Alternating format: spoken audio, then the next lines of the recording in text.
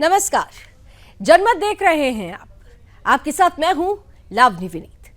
जनमत में हम बात करते हैं उन खबरों की जो सीधे आपसे, जो सीधे देश से सरोकार रखती है। और जब बात देश से सरोकार रखने वाली खबरों की हो तो आज सिर्फ एक खबर ने सबका ध्यान खींचा, और वो खबर है कि दुश्मन का दोस्त हमारा दुश्मन ही होगा। जी हां, भारत ने ठान लिया है कि पाकिस्तान का साथ देने वाले हर उस देश का बहिष्कार किया जाएगा जो आतंकिस्तान को खाद्य और पानी दे रहा है। और इसमें सबसे पहला नाम आ रहा है तुर्की का। वही तुर्की जिसके भेजे गए ड्रोन ने ही भारत पर आक्रमण की, भारत पर हमले की साजिश का एक बड़ा आधार तैयार किया था।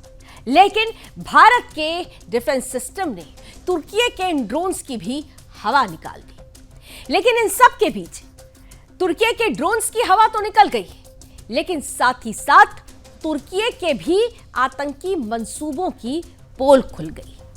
जी हां, हम तुर्की को भी अब ठीक उसी नजर से देखेंगे जैसे हम पाकिस्तान को देखते आए हैं। पाकिस्तान आतंकिस्तान है, पाकिस्तान आतंकियों का पनाहगार है, और पाकिस्तान की फौज इन आतंकियों के लिए खाद्य और पानी का इंतजाम करती है, आधार बनती है। लेकिन इसी फौज को तुर्की अगर ड्रोन सप्लाई करता है और उसी ड्रोन से पाकिस्तान की नापाक फौज अगर भारत पर हमला करती है तो फिर तुर्की भी हमारा दुश्मन नंबर 1 बनने की श्रेणी में आकर खड़ा हो गया है। सरकार तुर्की को लेकर क्या सोचती है ये तो आने वाला वक्त बताएगा। रिश्तों की समीक्षा कैसे होगी ये भी आने वाला वक्त बताएगा। लेकिन जो वक्त है, इस वक्त का, इस समय का, वो सीधे तौर पर एक आवाज बुलंद कर रहा है। एक मुश्त आवाज बुलंद हो रही है तुर्की की बहिष्कार की, और आज दिन भर यही आवाज देश भर से उठती रही कि दुश्मन का दोस्त भी हमारा दुश्मन ही होगा। तुर्की और अजरबैजान से लगातार यह आवाज उठ रही है कि सारे संबंध खत्म कर दिए जाएं। सरकार क्या करेगी ये आने वाला वक्त बताएगा। लेकिन देश ने, देशवासियों ने तुर्की और अजरबैजान से अपने संबंध खत्म करने का संकल्प ले लिया है। और यही वजह है कि न केवल देश के व्यापारी तुर्की से सभी व्यापारिक संबंध तोड़ रहे हैं, बल्कि वो पर्यटक जिनके लिए तुर्की और अजरबैजान एक डेस्टिनेशन, अच्छा डेस्टिनेशन माना जाता था, वहां पर भी जाने से अब देशवासियों ने मना कर दिया है। बीते अगर 24 घंटे की बात करें तो तुर्की और अजरबैजान कि जो टिकट्स भारत की तरफ से हुए थी 32% की गिरावट उसमें आई है। यानी साफ तौर पर भारत ने कह दिया है कि हम तुर्की और अजरबैजान नहीं जाएंगे क्योंकि ये हमारे दुश्मन हैं। वो तुर्की, वो अजरबैजान जिसकी अर्थव्यवस्था भारत से चलती हो, जिसकी जीडीपी का, अगर तुर्की की बात की जाए तो 10% जीडीपी का जो योगदान है वो भारत की तरफ से होता है, क्योंकि भारत के पर्यटक तुर्की जाया करते थे और वहां की इकोनॉमी का एक बहुत बड़ा बेस बनते थे। कुछ ऐसा ही हाल अजरबैजान का भी है। लेकिन जब भारत ने संकल्प ले लिया, भारतवासियों ने संकल्प ले लिया है, तो ये अपने आप में तुर्की और अजरबैजान के लिए खतरे की घंटी साबित होने वाला है। ये वही तुर्की है जो लगातार इस्लामिक देशों में अपने आप को उनका नेता बनने की चाहत में लगातार आगे करता रहा है। तुर्की पहली बार नहीं है जब उसने पाकिस्तान को अपना समर्थन दिया हो। इसके पहले भी तुर्की ने पाकिस्तान को कश्मीर के मसले पर भी जिस तरीके की तुर्की की प्रतिक्रिया आई, एफएटीएफ में पाकिस्तान ब्लैक लिस्ट में ना जा सके इसके लिए वो बाकायदा चीन के साथ खड़ा होता हुआ नजर भी आया। और इस बार तो हद हो जाती है जब पाकिस्तान को न केवल तुर्की अपने ड्रोन सप्लाई करता है, बल्कि उन ड्रोन्स को चलाने के लिए, क्योंकि पाकिस्तान में कोई ऑपरेटिव नहीं था, इसलिए अपने टेक्नीशियंस को भी वहां भेजता है, अपने ऑपरेटर्स को भी वहां भेजता है। और भारत की कार्रवाई में खबर यह भी आ रही है कि तुर्की के 2 ऑपरेटर्स भी ढेर हुए हैं। अब क्योंकि हम तुर्की और भारत की बात कर रहे हैं, अभी आपने सीधे तौर पर वो स्टेटमेंट देखा जो तुर्की की तरफ से आ रहा है। ये कहा जा रहा है कि तुर्की भारत का स्वागत करने को तैयार है, यहां भारतीयों को कोई दिक्कत नहीं होगी, उनकी सुरक्षा सुनिश्चित रहेगी। लेकिन सवाल ये है कि ये वो देश कह रहा है जिसने भारत को ही संकट में डालने के लिए ड्रोन मुहैया करवाए थे पाकिस्तान को। अब क्योंकि हम भारत और तुर्की के संबंधों की बात कर रहे हैं, तो वो ऐतिहासिक संबंध क्या है, जरा फुल स्क्रीन ले लीजिए और भारत और तुर्की के बीच के जो संबंध है वो किस तरीके से चल रहे थे। लेकिन अब इन संबंधों पर विराम लगने की जरूरत है। तुर्की पर बैन लगाने के, उसके बहिष्कार की मांग लगातार तेज हो रही है। तो देखिए, हम सबसे पहले आपको बता रहे हैं कि भारत और तुर्की के ऐतिहासिक संबंध क्या रहे हैं। सदियों पुराना सांस्कृतिक रिश्ता है भारत और तुर्की के बीच में। यह रिश्ता बहुत पुराना है।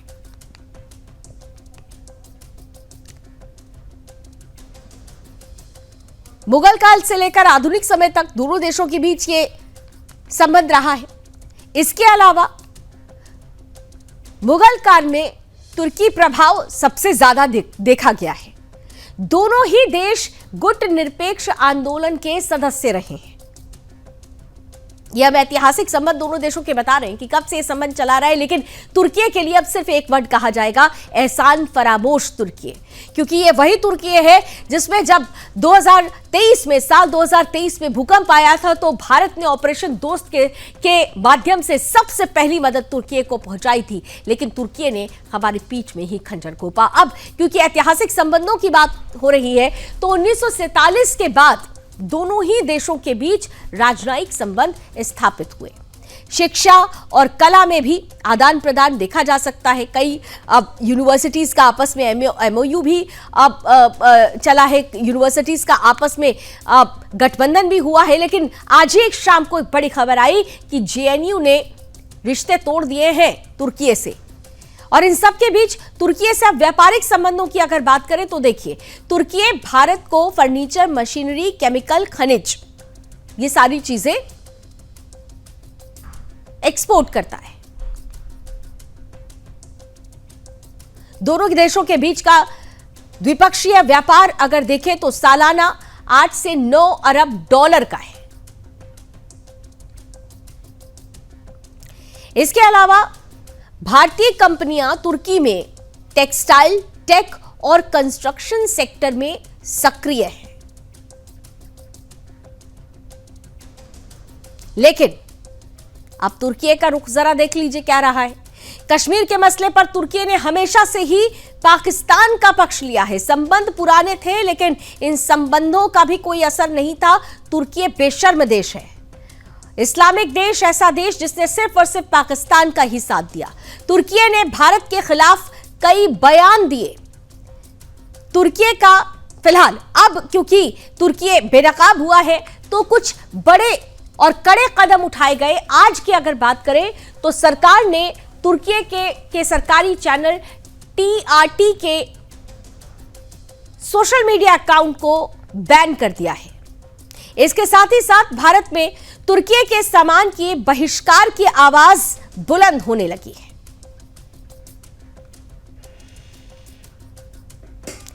अब अगर ऐसा हो रहा है और आने वाले वक्त में सरकार की तरफ से कोई कदम बड़ा उठा लिया जाता है तो तुर्की को कितना बड़ा व्यापारिक नुकसान होगा, इसका अंदाजा इसी बात से लगाया जा सकता है कि तुर्की की टोटल अर्थव्यवस्था की अगर बात करें, टोटल जीडीपी की अगर बात करें तो 10% का उसमें योगदान भारत का ही होता है। इसके अलावा तुर्की को सामाजिक और सांस्कृतिक अब जो प्रभाव पड़ेगा, नुकसान की अब हम बात कर रहे हैं। इसके साथ ही साथ वैश्विक कूटनीतिक प्रभाव भी तुर्की और भारत के रिश्ते में देखने को मिलेगा। तुर्की ने जिस तरीके से पाकिस्तान यानी आतंकिस्तान का साथ दिया है, अब तुर्की बेनकाब हो रहा है। इसके पहले भी वो कब पाकिस्तान को सपोर्ट करता रहा है, ये भी हम आपके सामने रख रहे हैं। कश्मीर के मसले पर वो खुलकर बोला। सैन्य सहयोग और सामरिक समर्थन अभी हमने बीते दिनों ही देख लिया। इसके साथ ही साथ आतंकवाद और सुरक्षा नीति पर भी अगर देखें तो तुर्की ने पाकिस्तान को ही बल दिया है। पाकिस्तान को लगातार आर्थिक मदद तुर्की देता आया है। संयुक्त राष्ट्र और अन्य अंतर्राष्ट्रीय मंचों पर भी तुर्की ने पाकिस्तान को समर्थन दिया। एफएटीएफ में तुर्की ने पाकिस्तान का समर्थन किया था। पाकिस्तान के खिलाफ एफएटीएफ के कदमों की आलोचना भी इसी इस्लामिक देश ने की थी।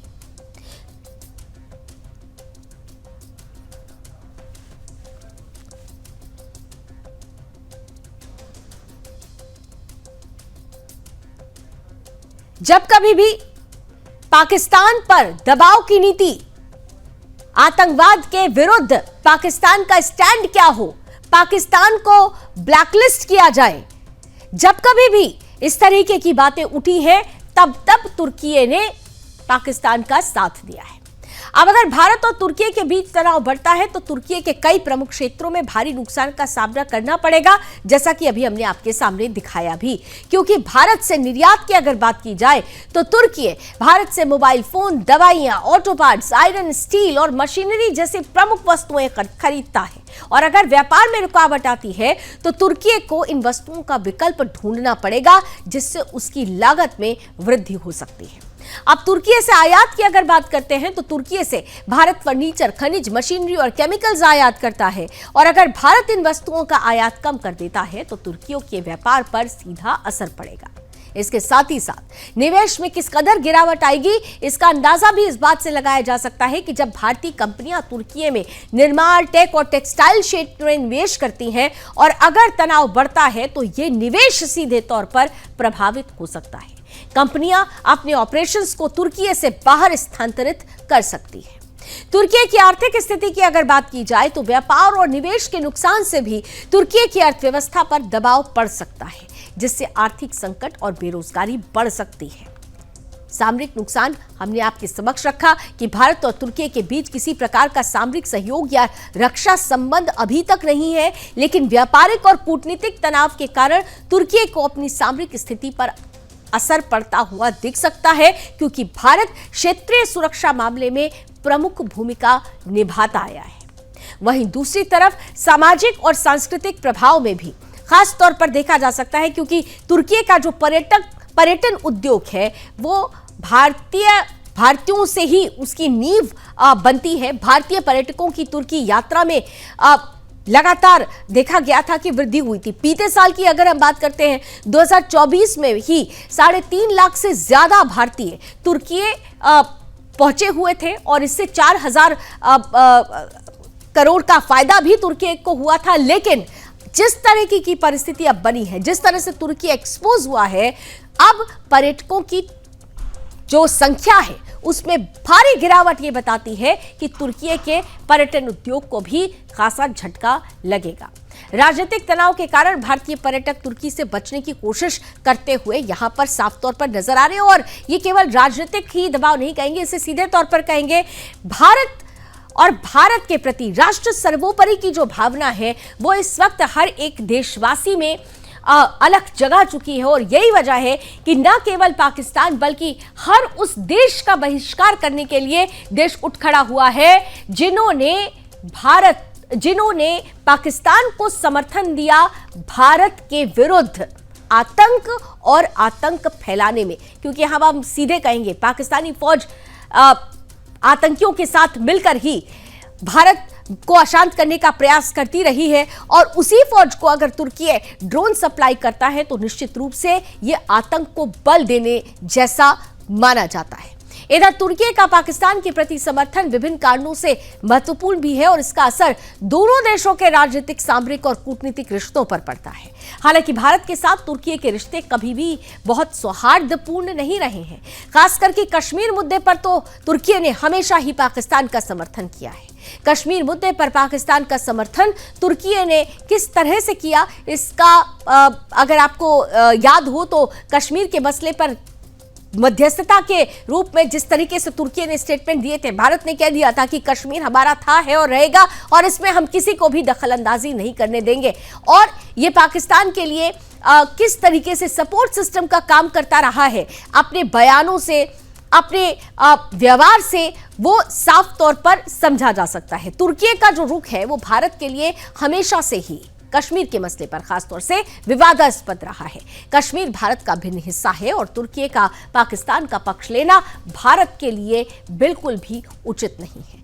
इसके अलावा हम लगातार देख रहे हैं कि तुर्की ने पाकिस्तान को विभिन्न प्रकार के सैन्य उपकरण और प्रशिक्षण प्रदान किए हैं समय समय पर, और इस बार तो ड्रोन, तुर्की के ही बने हुए ड्रोन जिनसे अटैक किया गया। दोनों देशों के बीच कई सैन्य समझौते और संयुक्त अभ्यासों को भी अंजाम दिया गया। पाकिस्तान को तुर्की का ये सैन्य समर्थन उसके सामरिक और रणनीतिक लक्ष्यों के लिए महत्वपूर्ण है, और विशेषकर भारत के साथ तनावपूर्ण रिश्तों के संदर्भ में। आतंकवाद और सुरक्षा नीति को लेकर अगर बात की जाए तो तुर्की ने पाकिस्तान के साथ आतंकवाद के खिलाफ साझा हितों की बात की है। हालांकि पाकिस्तान ने आतंकवाद को बढ़ावा देने वाले समूह जैसे लश्कर, जैश और हिजबुल, ये सभी तुर्की ने सार्वजनिक रूप से इनका समर्थन तो नहीं किया, लेकिन अगर आप पाकिस्तान को सपोर्ट सिस्टम उसका बनते हैं, अगर पाकिस्तान को सपोर्ट देते हैं, अगर पाकिस्तान को हथियार मुहैया कराते हैं, तो निश्चित रूप से ऐसे आतंकी संगठनों को भी बल मिलता हुआ नजर आता है। और ऐसे में जरूरी हो जाता है कि भारत उन देशों के खिलाफ भी आवाज बुलंद करे जो लगातार पाकिस्तान को समर्थन दे रहे हैं, फिर वो चाहे चीन हो, तुर्की हो या फिर अजरबैजान। भारत ने इस बार ठान लिया है कि आतंक के खिलाफ जीरो टॉलरेंस की नीति केवल और केवल पाकिस्तान के लिए ही नहीं होगी, बल्कि उन तमाम लोगों के खिलाफ होगी, उन तमाम देशों के खिलाफ होगी जो आतंक को आधार देते आए हैं, और खास तौर से पाकिस्तान को जिस तरह से सपोर्ट सिस्टम देते आए हैं, वो निश्चित रूप से आतंक के लिए कहीं ना कहीं से बल प्रदान करता है। और ऐसे में इन देशों का विरोध भी इन देशों के लिए जरूरी हो जाता है, और यही वजह है कि दिन भर बहिष्कार तुर्की की बात होती रही और देश में इसकी अलग जग भी चुकी है। आपने स्वयं देखा होगा कि आज कई ऐसे व्यापारी हैं, पुणे से लेकर महाराष्ट्र के कई हिस्सों में हमने देखा, गुजरात के कई हिस्सों में देखा, उत्तर प्रदेश के कई हिस्सों में देखा कि न केवल तुर्की से आने वाले जो सेब, टर्किश एप्पल जिसे कहा जाता है, व्यापारियों ने मना कर दिया, नहीं चाहिए टर्किश एप्पल।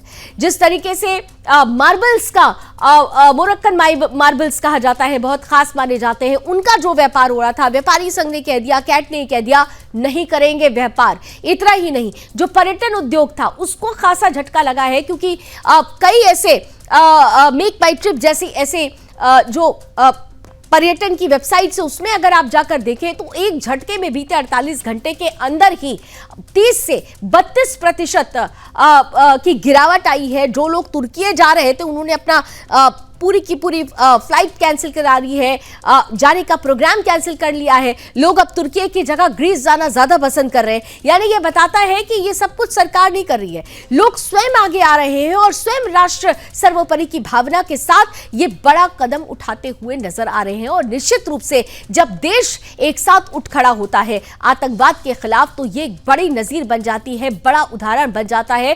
तुर्की को भी अब समझ में आएगा। और इसके अलावा अगर बात करें तो थोड़ा सा अगर आपको याद हो तो हम डिफेंस सेक्टर में किस तरह से आगे बढ़ रहे हैं, मेक इन इंडिया को किस तरह से बल दे रहे हैं। आने वाले वक्त में डिफेंस सेक्टर में हम बहुत बड़े एक्सपोर्टर के रूप में सामने आने वाले हैं। वो आकाश सिस्टम जिसने तुर्की के इन ड्रोन्स को पूरी तरह से न्यूट्रलाइज किया था, ध्वस्त किया था, उसी आकाश डिफेंस सिस्टम को लेकर आर्मेनिया के साथ भी भारत और आर्मेनिया के बीच में समझौता हुआ है, और खास तौर से भारत वो डिफेंस सिस्टम आर्मेनिया को प्रोवाइड कराएगा। और जब इसकी वजह से, क्योंकि अजरबैजान भी पाकिस्तान के समर्थन में है, तो हम केवल तुर्की नहीं बल्कि तुर्की और अजरबैजान दोनों का ही बहिष्कार करना है। और यही वजह है कि अजरबैजान अगर हम आर्मेनिया को अपना आकाश डिफेंस सिस्टम हम उन्हें प्रोवाइड कराते हैं, तो ये अजरबैजान की पेशानी पर बल लाने तरीके हैं।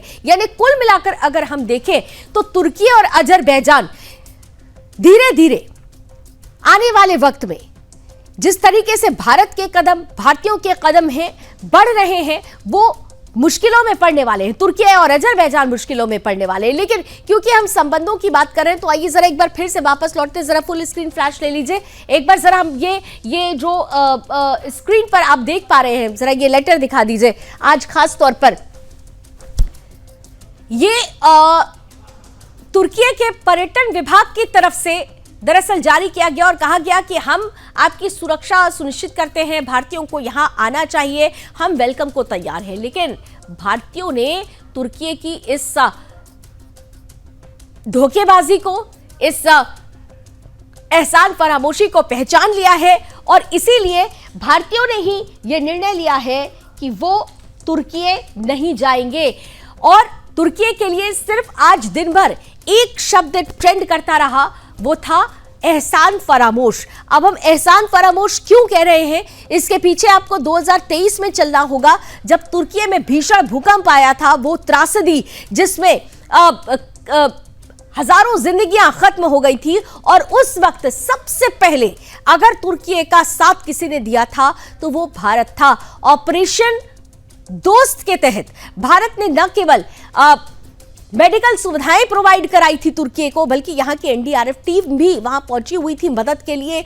और सबसे पहले कई बिलियन डॉलर्स का जो एड था वो भारत की तरफ से ही तुर्की को दिया गया था। लेकिन ये तुर्की है, ये वो इस्लामिक देश है जो सीधे सीधे पीठ में खंजर घोंपता है और इसके साथ भी अब वही व्यवहार करना होगा जैसा व्यवहार हम पाकिस्तान के साथ कर रहे हैं। ये तमाम जो मुल्क है, वो चाहे तुर्की हो, अजरबैजान हो या फिर चीन हो, ये वो मुल्क हैं जो लगातार पाकिस्तान, आतंकिस्तान को अपने सपोर्ट सिस्टम से खाद पानी देते आए हैं। और जब वो पाकिस्तान को सपोर्ट करते हैं, मतलब सीधे तौर पर आतंक को बल मिलता है। और इसीलिए जरूरी है कि अब इन देशों के खिलाफ भी खुलकर बोला जाए, खुलकर इनका बहिष्कार किया जाए। और जब देश खुलकर बहिष्कार करेगा तो निश्चित रूप से ऐसे देशों की कमर टूटेगी और इन्हें एक बड़ा सबक मिलेगा।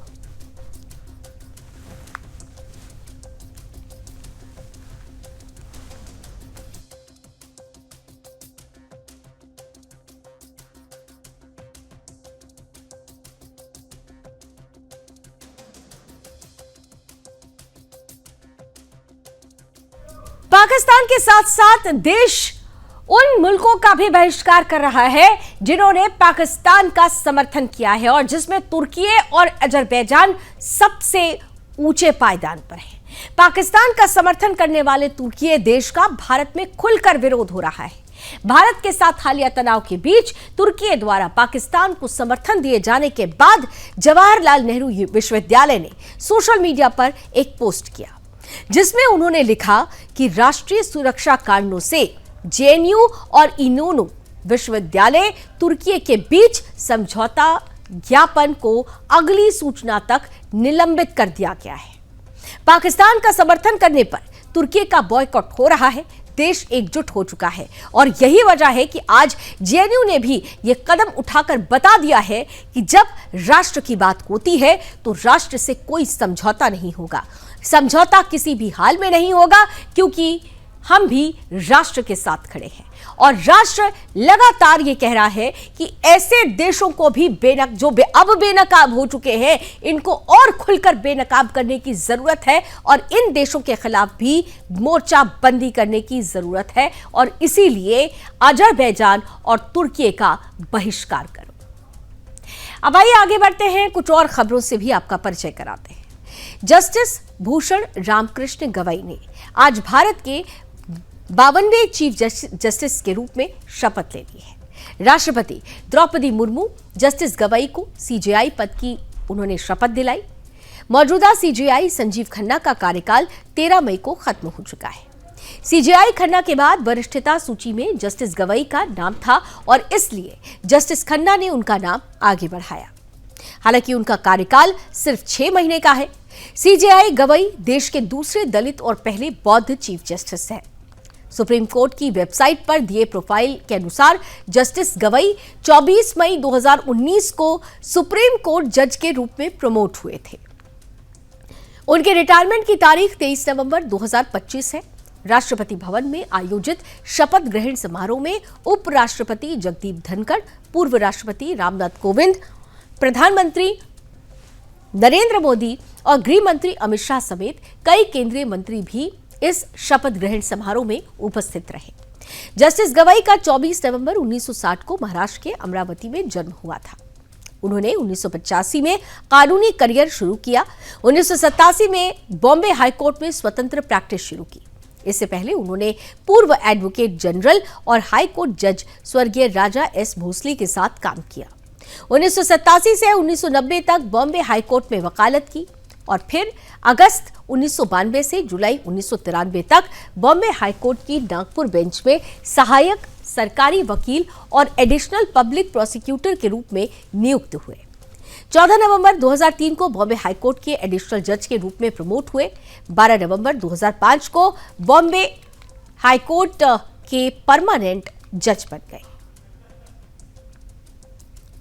तो भारत के 52वें सीजेआई बन चुके हैं जस्टिस बी.आर. गवई, जिन्हें आज राष्ट्रपति द्रौपदी मुर्मू जी ने शपथ दिलाई।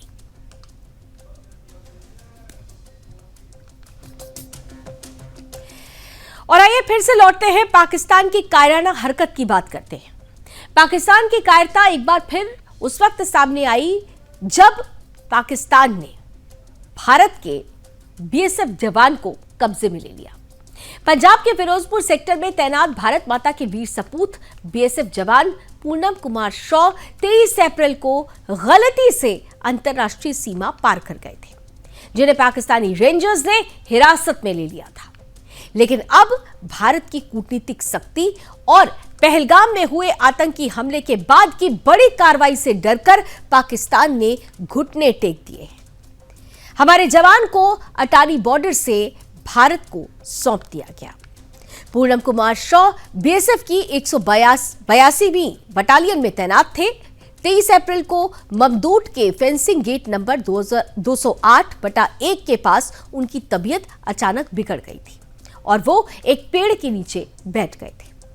इसी बीच मौका पाकर धूर्त पाकिस्तान रेंजर्स ने उन्हें बंदी बना लिया और उनका हथियार भी छीन लिया। जब यह सूचना भारत के सुरक्षा बलों को मिली तो अधिकारियों ने तुरंत कार्रवाई की और पाक रेंजर्स से संपर्क साधा। उन्हें बताया गया कि जवान कुछ दिन पहले ही यहां ट्रांसफर होकर आए हैं और उन्हें जीरो लाइन की स्पष्ट जानकारी नहीं थी। बावजूद इसके पाकिस्तान ने पहले जवान को लौटाने से मना कर दिया, लेकिन पहलगाम में आतंकी हमले के बाद भारतीय सेना की सर्जिकल कार्रवाई और रणनीतिक दबाव से, कूटनीतिक दबाव से पाकिस्तान बौखला उठा और आखिरकार डर कर उसे जवान को छोड़ना पड़ा। यह सिर्फ एक जवान की वापसी ही नहीं बल्कि भारत की रणनीति और शक्ति का संदेश भी है कि हर भारतीय जवान की रक्षा करना इस देश का संकल्प है। इस वक्त आपकी टीवी स्क्रीन पर दो अलग अलग तस्वीरें चल रही हैं। एक तरफ बीएसएफ जवान पूनम कुमार शॉ की तस्वीर है तो दूसरी तरफ आपको याद होगा विंग कमांडर अभिनंदन वर्धमान, जिनको सकुशल 2019 में भी पाकिस्तान से वापस ले लिया गया था और पाकिस्तान को मजबूरन विंग कमांडर को वापस लौटाना पड़ा था। इन सब के बीच क्योंकि अब बीएसएफ जवान भी भारत लौट आए हैं, परिजन काफी दिनों से परेशान थे, देश परेशान था, लेकिन बीएसएफ जवान की पूनम शॉ की सकुशल वापसी यह बताती है कि भारत की सैन्य ताकत, भारत की कूटनीतिक ताकत के आगे पाकिस्तान को किस कदर घुटने टेकने पड़े हैं। पूनम शॉ के पिता क्या कुछ अपने बेटे की वापसी पर कह रहे हैं, एक बार आइए उनके शब्दों में ही सुन लेते हैं। मैं जो आज 23 तारीख से पाकिस्तान का कब्जा में था, आज 23 दिन के बाद 24वां दिन जो हुआ, हमें लड़का को केंद्र सरकार, राज्य सरकार सभी मिलकर हमें लड़का को पाकिस्तान से रिलीज कराया और रिलीज कराकर इंडिया में लाया। इन लोगों को धन्यवाद देते हैं, धन्यवाद देते हैं और हम फिर चाहते हैं कि लड़का जब आया तो फिर अपने देश के रक्षा में फिर लग जाए। बस यही मेरा कहना है कि सभी को धन्यवाद देते हैं, सभी हमारे साथ मिलकर, केंद्र सरकार हो, राज्य सरकार हो, हमारे म्युनिसिपैलिटी के चेयरमैन विजय सागर मिश्रा जो हैं, वो सभी एमएलए जो थे सुदीप सेन या कल्याण बनर्जी, ये सब हमारे घर में आए थे और मेरे को सांत्वना दे के गए थे कि आज नहीं तो कल लड़का आपका घर में आएगा। तो आ गया। मैं बोलूं कि वो आ गया, मैं यही खुशी हूं और यही धन्यवाद देता हूं सभी को, दीदी को भी धन्यवाद देता हूं और इन लोगों को और केंद्र सरकार को भी धन्यवाद देता हूं। जय हिंद भारत माँ को करके हम अपना वक्तव्य समाप्त करते हैं। देखिए मैडम, सबसे बड़ी बात तो 20 दिन वो हमारे देश में नहीं थे, पाकिस्तान की तरफ से अरेस्ट हो गए थे। तो आज तो बहुत ही खुशी हुई। सुबह में ही फोन आया था सीओ साहब का वहां से कि देखिए वो पीके साहब आ गए हैं, इंडिया आ चुके हैं, टेंशन मत लीजिए, वो एकदम सही सलामत है, आप टेंशन मत लीजिए, बिल्कुल ठीक है। और मेरे हस्बैंड ने भी मुझे वीडियो कॉल किया था, एकदम टोटली वो फिट है, फिजिकली फिट है और बोल रहे थे कि टेंशन मत लो, मैं ठीक हूँ, मैं फ्रेश होके मैं तुमको 3 बजे फोन करता हूँ। देखिए मैडम, उनसे तो मेरी 3 दिन पहले कांटेक्ट हुई थी, 4 दिन पहले। तो उन्होंने मुझे कहा था कि टेंशन मत लीजिए, इसी सप्ताह आपके हस्बैंड आ जाएंगे। मैंने उन्होंने भी बहुत योगदान दिया, बहुत जोर शोर से वो भी बात कर रही थी। बीएसएफ के डिपार्टमेंट में जितने भी सीनियर है, हमारे यहाँ के जो चेयरमैन है वो तो शुरू दिन से ही लगे हुए हैं और कल्याण सर भी आए थे, फोन पे वो भी बात करते थे कैसे है, नहीं है, टेंशन मत लीजिए, आपके हस्बैंड बहुत जल्दी। देखिए सभी का सपोर्ट है, पूरी देश मेरे लिए खड़ी थी।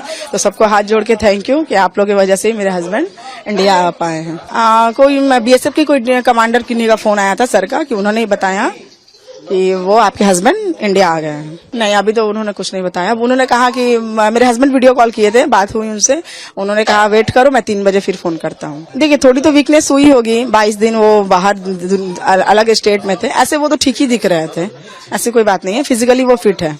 जरूर देखिए, हमारे सरकार मोदी जी है तो सब चीज पॉसिबल है। क्योंकि देखिए जो 22 तारीख को जो पहलगाम अटैक हुआ था, उन्होंने 15 से 20 दिन में जो ऑपरेशन सिंदूर करके सबके सुहाग का बदला लिया, जिसका नाम रखा गया था ऑपरेशन सिंदूर। उसके 3 से 4 दिन बाद मेरे सुहाग को उन्होंने रिटर्न लाया है। तो मैं उनको हाथ जोड़ के बहुत बहुत धन्यवाद देना चाहती हूँ।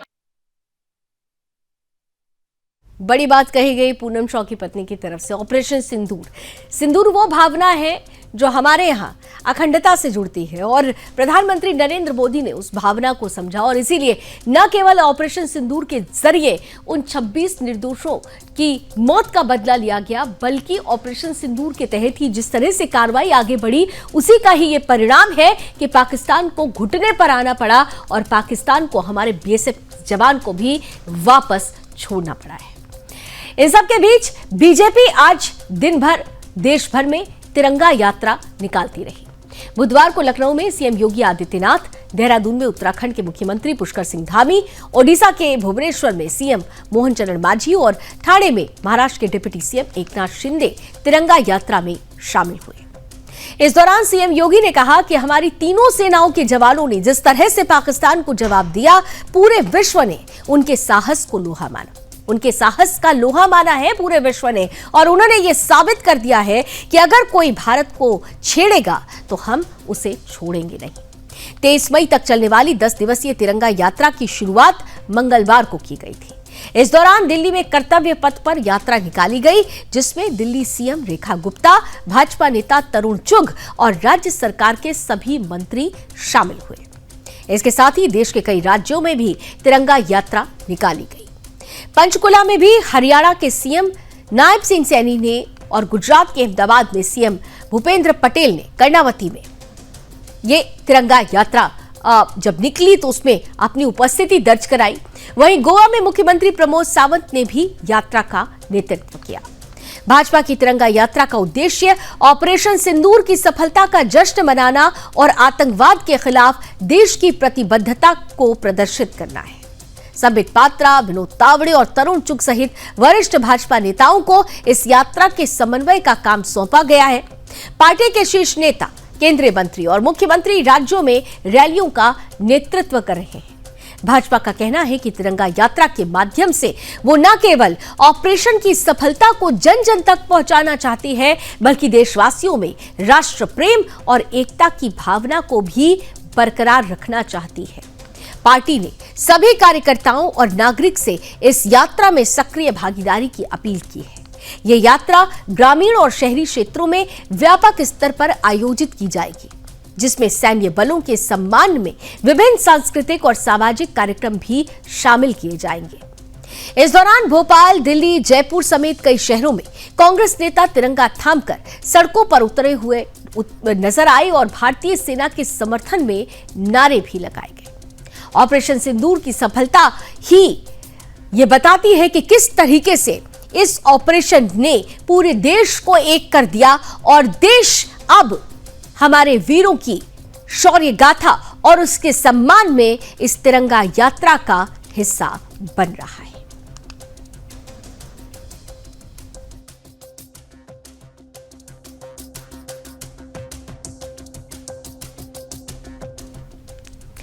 तो तिरंगा यात्रा निकल रही है, शौर्य का सम्मान हो रहा है, लेकिन इन सब के बीच सजग और सावधान रहने की जरूरत है, क्योंकि ऑपरेशन सिंदूर अभी खत्म नहीं हुआ है। इस पर सिर्फ विराम लगा है, पूर्ण विराम नहीं लगा है। हमारा दुश्मन पाकिस्तान है। हमारे दुश्मन वो तमाम मुल्क हैं जो पाकिस्तान को सपोर्ट दे रहे हैं। इसलिए हमें अपने दुश्मनों से सावधान और सतर्क रहने की जरूरत है और इस एकता को बरकरार रखने की जरूरत है जो बीते कुछ दिनों में हमने दुनिया को दिखाई है। याद रखिएगा, एकता में ही शक्ति होती है और आज उसी शक्ति के आगे पाकिस्तान, आतंकिस्तान नतमस्तक है। अभी बस इतना ही। देश और दुनिया की तमाम खबरों के लिए आप जुड़े रहिए सुदर्शन न्यूज के साथ। जय हिंद।